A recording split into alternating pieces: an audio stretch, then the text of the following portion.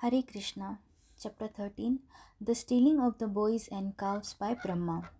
Sukadev Goswami was very much encouraged when Maharaja Parikshit asked him why the cowhead boys did not discuss the death of Agasur until after 1 year had passed. He explains thus: My dear king, you are making the subject matter of the transcendental pastimes of Krishna fresher by your inquisitiveness. It is said that it is the nature of a devotee to constantly apply his mind, energy, words, ears, etc. in hearing and chanting about Krishna. This is called Krishna consciousness. And for one who is rapt in hearing and chanting about Krishna, the subject matter never becomes hackneyed or old. That is the significance of transcendental subject matter in contrast to material subject matter. Material subject matter becomes stale, and one cannot hear a certain subject for a long time. He wants change. But as far as transcendental subject matter is concerned, it is called Nitya Nava Naya Yamana. This means that one can go on chanting and hearing about the Lord and never feel tired, but remain fresh and eager to hear more and more. It is the duty of the spiritual master to disclose all confidential subject matter to the inquisitive and sincere disciple. Thus, Sukadev Goswami began to explain why the killing of Agasur was not discussed until 1 year had passed. Sukadev Goswami told the king, Now hear of this secret with attention. After saving his friends from the mouth of Agasur and killing the demon, Lord Krishna brought his friends to the bank of the Yamuna and addressed them as follows: My dear friends, just see how this spot is very nice for taking lunch and playing on the soft, sandy Yamuna bank. You can see how the lotus flowers in the water are beautifully blown and how they distribute their fragrance all around. The chirping of the birds along with cooing of the peacocks, surrounded by the whispering of the leaves in the trees, combine and present sound vibrations that echo one another. And this just enriches the beautiful scenery created by the trees here. Let us have our lunch in this spot because it is already late and we are feeling hungry. Let the calves remain near us and let them drink water from the Yamuna. While we engage in our lunch taking, the calves may engage in eating the soft grasses that are in this spot. On hearing this proposal from Krishna, all the boys became very glad and said, Certainly, let us all sit down here to take our lunch, and then let loose the calves to eat the soft grass. Sitting down on the ground and keeping Krishna in the center, they began to open their lunch boxes brought from home. Lord Sri Krishna was seated in the center of the circle, and all the boys kept their faces towards him. They ate and constantly enjoyed seeing the Lord face to face. Krishna appeared to be the whole of a lotus flower, and the boys surrounding him appeared to be its different petals. The boys collected flowers, leaves of flowers, and the bark of trees and placed their lunch on them, as well as in their lunch boxes. And thus they began to eat their lunch, keeping company with Krishna. While taking lunch, each other's company with joking words. While Lord Krishna was thus enjoying lunch with his friends, his flute was pushed within the belt of his cloth on his right side, and his bugle and cane were pushed in on the left hand side of his cloth. In his left palm, he was holding a lump of food prepared with yogurt, butter, rice, and pieces of fruit salad, which could be seen through his petal-like finger joints. The Supreme Personality of Godhead, who accepts the results of all great sacrifices, was laughing and joking, enjoying lunch with his friends in Vrindavan. And thus the scene was being observed by the demigods from heaven. As for the boys, they were simply enjoying transcendental bliss in the company of the Supreme Personality of Godhead. At that time, the calves that were pasturing nearby entered into the deep forest, allured by new grasses, and gradually went out of sight. When the boys saw that the calves were not nearby, they became afraid for their safety, and they immediately cried out, Krishna! Krishna is the killer of fear personified. Everyone is afraid of fear personified, but fear personified is afraid of Krishna. By crying out the word Krishna, the boys at once transcended the fearful situation. Out of his great affection, Krishna did not want his friends to give up their pleasing lunch engagement and go searching for the calves. He therefore said, My dear friends, you need not interrupt your lunch. Go on enjoying. I am going personally to find the calves.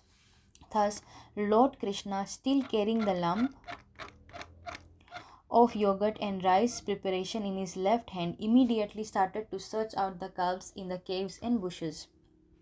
He searched in the mountain holes and in the forest, and nowhere could he find them. At the time when Aghasur was killed and the demigods were looking on the incident with great surprise, Brahma, who was born of the lotus flower growing out of the navel of Vishnu, also came to see. He was surprised how a little boy like Krishna could act so wonderfully.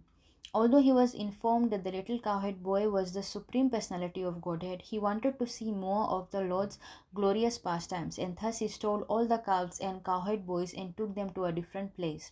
Lord Krishna, therefore, in spite of searching for the calves, could not find them, and he even lost his boyfriends on the bank of the Yamuna, where they had been taking their lunch. In the form of a cowherd boy, Lord Krishna was very little in comparison to Brahma. But because he is the supreme personality of Godhead, he could immediately understand that all the calves and boys had been stolen by Brahma. Krishna thought, Brahma has taken away all the boys and calves. How can I alone return to Vrindavan? The mothers will be aggrieved. Therefore, in order to satisfy the mothers of his friends, as well as to convince Brahma of the supremacy of the personality of Godhead, he immediately expanded himself as the cowhead boys and calves. In the Vedas, it is said that the supreme personality of Godhead has already expanded himself into so many living entities by his energy. Therefore, it was not very difficult for him to expand himself again into so many boys and calves. He expanded himself to become exactly like the boys, who were of all different features and facial and bodily constructions, and who were different in their clothing and ornaments, and in their behavior and personal activities. In other words, although each boy, being an individual soul, had entirely different tastes, activities, and behavior, Krishna exactly expanded himself into all the different positions of the individual boys. He also became the calves, who were also of different sizes, colors, activities, etc. This was possible because everything is an expansion of Krishna's energy. In the Vishnu Puran, it is said, Parasya Brahmana Shaktihi. Whatever we actually see in the cosmic manifestation, be it matter or the activities of the living entities, is simply an expansion of the energies of the Lord, as heat and light are the different expansions of fire. Thus, expanding himself as the boys and calves in their individual capacities, and surrounded by such expansions of himself, Krishna entered the village of Vrindavan. The residents had no knowledge of what had happened. After entering the village of Vrindavan, all the calves entered their respective cowsheds, and the boys went to their respective mothers and homes. The mothers of the boys heard the vibration of their flutes before their entrance, and to receive them, they came out of their homes and embraced them. And out of maternal affection, milk was flowing from their breast, and they allowed the boys to drink it. However, their offering was not exactly to their boys but to the Supreme Personality of Godhead, who had expanded himself into such boys. This was a chance for all the mothers of Vrindavan to feed the Supreme Personality of Godhead with their own milk. Therefore, not only did Lord Krishna give Yashoda the chance to feed him, but this time he gave the chance to all the other elder gopis. All the boys dealt with their mothers as usual, and the mothers also, on the approaching of evening, bathed their respective children, decorated them with tilak and ornaments, and gave them necessary food after the day's labor. The cows also were away in the pasturing ground, returned in the evening, and called their respective calves. The calves immediately came to their mothers, and the mothers began to lick the bodies of the calves. These relations between the cows and the gopis with their calves and boys remained unchanged, although actually the original calves and boys were not there. Actually, the cows' affection of their calves and the elder gopis' affection for their boys causelessly increased. Their affection increased naturally even though the calves and boys were not their offspring. Although the cows and elder gopis of Vrindavan had greater affection for Krishna than for their own offspring, after this incident their affection for their offspring increased unlimitedly, exactly as it did for Krishna. For 1 year continuously, Krishna himself expanded as the calves and cowhead boys and was present in the pasturing ground.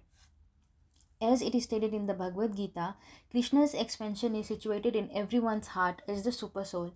Similarly, instead of expanding himself as the Supersoul, he expanded himself as a portion of calves and cowhead boys for one continuous year.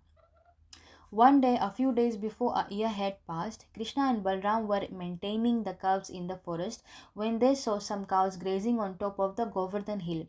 The cows could see down into the valley where the calves were being taken care of. by the boys. Suddenly, on sighting the calves, the cows began to run toward them. They leaped downhill with joined front and rear legs. The cows were so melted with affection for the calves that they did not care about the rough path from the top of the Govardhan hill down to the pasturing ground. They approached the calves with their milk bags full of milk, and they raised their tails upward. When they were coming down the hill, their milk bags were pouring milk on the ground out of intense maternal affection for the calves, although they were not their own calves. These cows had their own calves, and the calves that were grazing beneath Govardhan hill were larger. They were not expected to drink milk directly from the milk bag, but were satisfied with the grass. Yet all the cows came immediately and began to lick their bodies, and the calves also began to suck milk from the milk bags. There appeared to be a great bond of affection between the cows and the calves. When the cows were running down from the top of the Govardhan hill, the men who were taking care of them tried to stop them. Older cows were taken care of by the men, and the calves are taken care of by the boys, and as far as possible the calves are kept separate from the cows so that the cows do not drink all the available milk. Therefore, the men who were taking care of the cows on top of the Govardhan hill tried to stop them, but they failed. Baffled by their failure, they were feeling ashamed and angry. They were very unhappy, but when they came down and saw their children taking care of the calves, they all of a sudden became very affectionate towards the children. It was very astonishing. Although the men came down disappointed, baffled, and angry, as soon as they saw their own children, their hearts melted with great affection.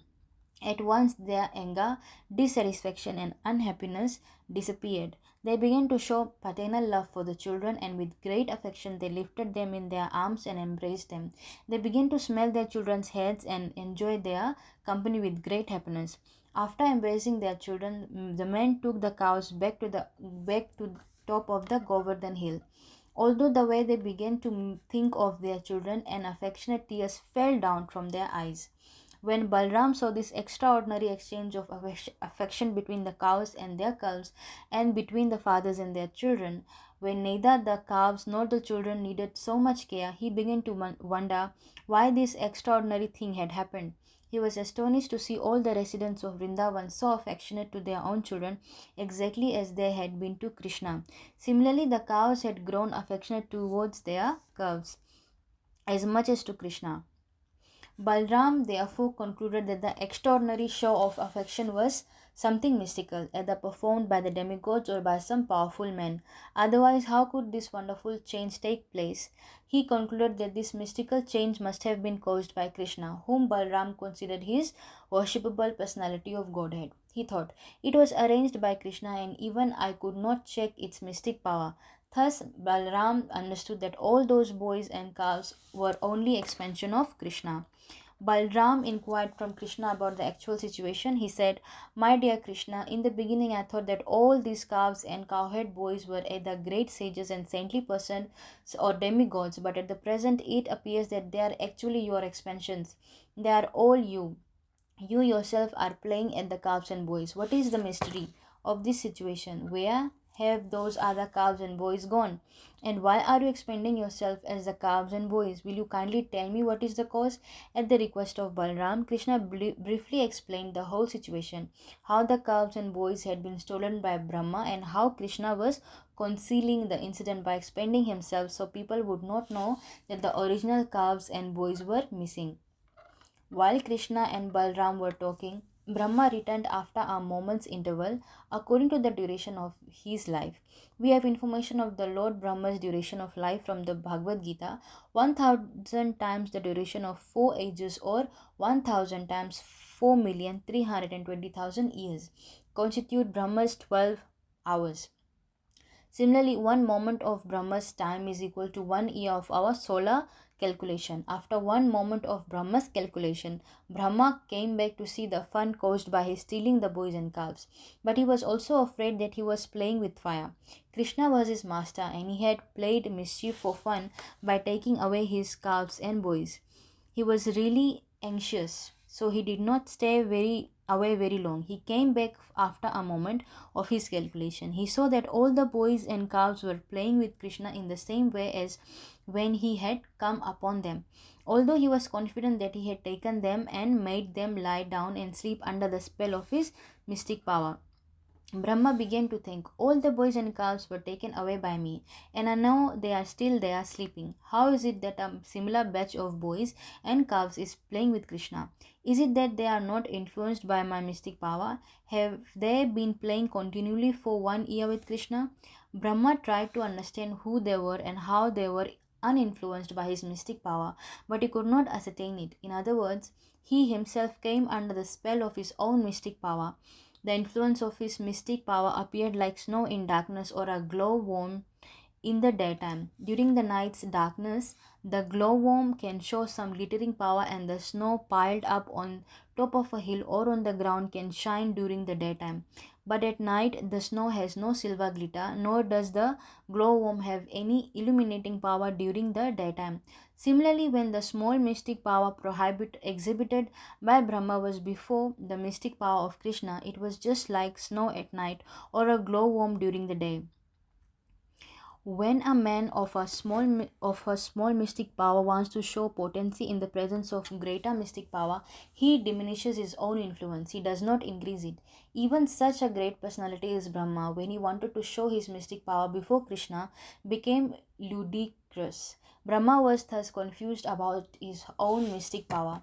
In order to convince Brahma that all those calves and boys were not the original ones, the calves and boys who were playing with Krishna transformed into Vishnu forms. Actually, the original ones were sleeping under the spell of Brahma's mystic power, but the present ones seen by Brahma were all immediate expansions of Krishna or Vishnu. Vishnu is the expansion of Krishna, so the Vishnu forms appeared before Brahma. All the Vishnu forms were of bluish color and dressed in yellow garments. All of them had 4 hands decorated with club, disc, lotus flower, and conch shell. On their heads were glittering golden helmets inlaid with jewels. They were bedecked with pearls and earrings and garlanded with beautiful flowers.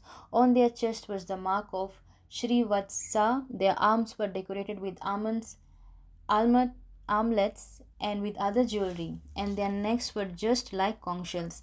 Their legs were decorated with bells, their waist with golden bells, and their fingers were jeweled rings. Brahma also saw that upon the whole body of each Lord Vishnu, from the lotus feet up to the top of the head, fresh tulsi leaves and buds had been thrown. Another significant feature of the Vishnu forms was that all of them were looking transcendently beautiful. Their smiling resembled the moonshine, and their glancing resembled the early rising of the sun. Just by their glancing, they showed themselves to be the creators and maintainers of the modes of ignorance and passion. Vishnu represents the modes of goodness, Brahma the mode of passion, and Lord Shiva the mode of ignorance.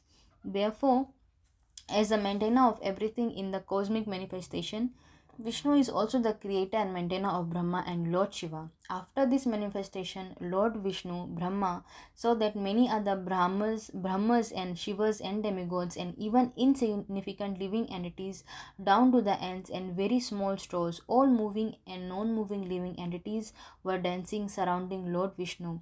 Their dancing was accompanied by various kinds of music, and all of them were worshipping Lord Vishnu.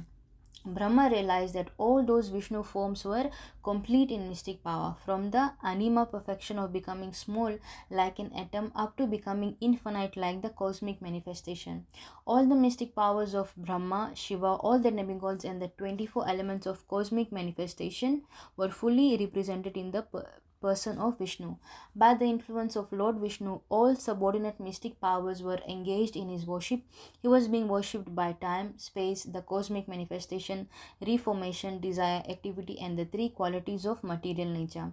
Lord Vishnu, Brahma also realized, is the reservoir of all truth, knowledge, and bliss. He is the combination of three transcendental features, namely eternity, knowledge, and bliss, and he is the object of worship by the followers of the Upanishads.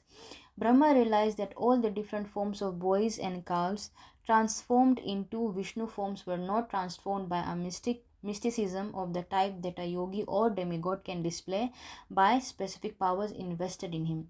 The calves and boys transformed into Vishnu murtis or Vishnu forms were not displays of Vishnu Maya or Vishnu's energy, but were Vishnu himself. The respective qualifications of Vishnu and Vishnu Maya are just like fire and heat. In the heat, there is qualification of fire. namely warmth, and yet heat is not fire. The manifestation of the Vishnu forms of the boys and calves was not like the heat but rather the fire. They were all actually Vishnu. Factually, the qualification of Vishnu is full truth, full knowledge, and full bliss. Another example can be given with material objects which are reflected in many forms. For example, the sun is reflected in many water pots, but the reflections of the sun in the many pots are not actually the sun. There is no actual heat or light from the sun in the pots, although they appear like the sun. But the forms which Krishna assumed were each and every one full Vishnu. The specific words used in this connection is Satya Gyanan Nat Nanda. Satya means truth, Gyan full knowledge, Ananta unlimited, and Ananda full bliss.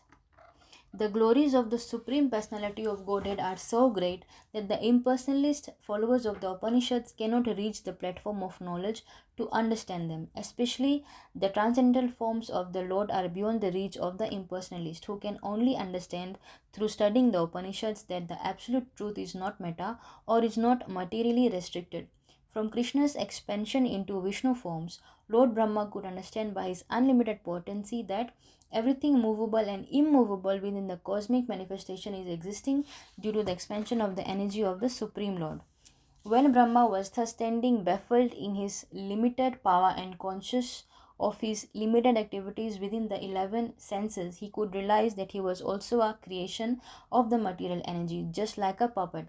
As a puppet has no independent power to dance but dances according to the direction of the puppet master, so the demigods and the living entities are all subordinate to the Supreme Personality of Godhead. As it is stated in the Chaitanya Charitamrita, the only master is Krishna and all the others are his servants. The whole world is under the waves of the material spell and beings are floating like straws in water. So their struggle for existence is continuing. But as soon as one becomes conscious that he is the eternal servant of the Supreme Personality of Godhead, this Maya or illusory struggle for existence is immediately stopped. Lord Brahma, who has full control over the goddess of learning and who is considered to be the best authority in Vedic knowledge, was thus perplexed, being unable to understand the extraordinary power manifested by the Supreme Personality of Godhead. In the mundane world, even a personality like Brahma is unable to understand the mystic power of the Supreme Lord. Not only did Brahma fail to understand, but he was perplexed even to see the display which was being manifested by Krishna before him. Krishna took compassion upon Brahma because of his inability to see how Krishna was displaying the forms of Vishnu and transforming himself into calves and cowhide boys, and thus, while fully manifesting the Vishnu expansions, he suddenly pulled his curtain of Yogmaya over the scene. In the Bhagavad Gita, it is said that the Supreme Personality of Godhead, which is not visible due to the curtain spread by Yogmaya, that which covers the reality is Mahamaya, or the external energy which does not allow a conditioned soul to understand the Supreme Personality of Godhead beyond the cosmic manifestation.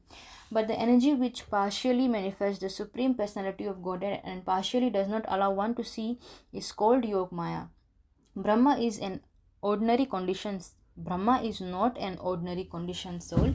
He is far superior to all the other demigods, and yet he could not comprehend the display of the Supreme Personality of Godhead. Therefore, Krishna willingly stopped manifesting any further potency.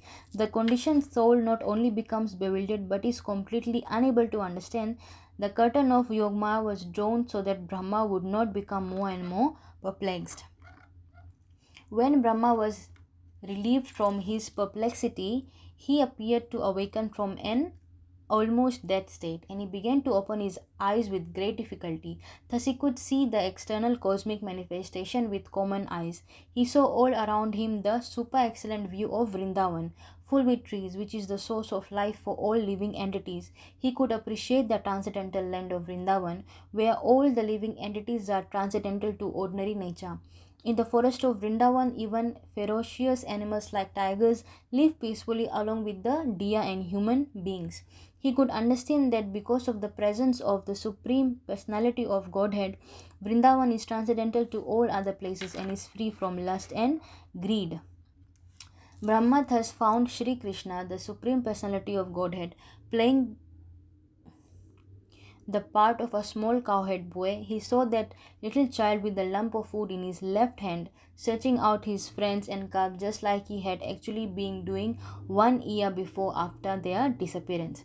Immediately, Brahma descended from his great swan carrier and fell down before the Lord just like a golden stick. The word used among these Vaishnavas for offering respect is Dandavat. This word means falling down like a stick. One should offer respect to the superior Vaishnav by falling down straight, with his body just like a stick. So Brahma fell down before the Lord just like a stick to offer respect, and because the complexion of Brahma is golden, he appeared to be like a golden stick lying down before Lord Krishna. All the four helmets on the heads of Brahma touched the lotus feet of Krishna. Brahma, being very joyful, began to shed tears, and he washed the lotus feet of Krishna with his tears. Repeatedly he fell and rose as he recalled the wonderful activities of the Lord. After repeating obeisances for a long time, Brahma stood up and smeared his hands all over his eyes. Seeing the Lord before him, he, trembling, began to offer prayers with great respect, humility, and attention.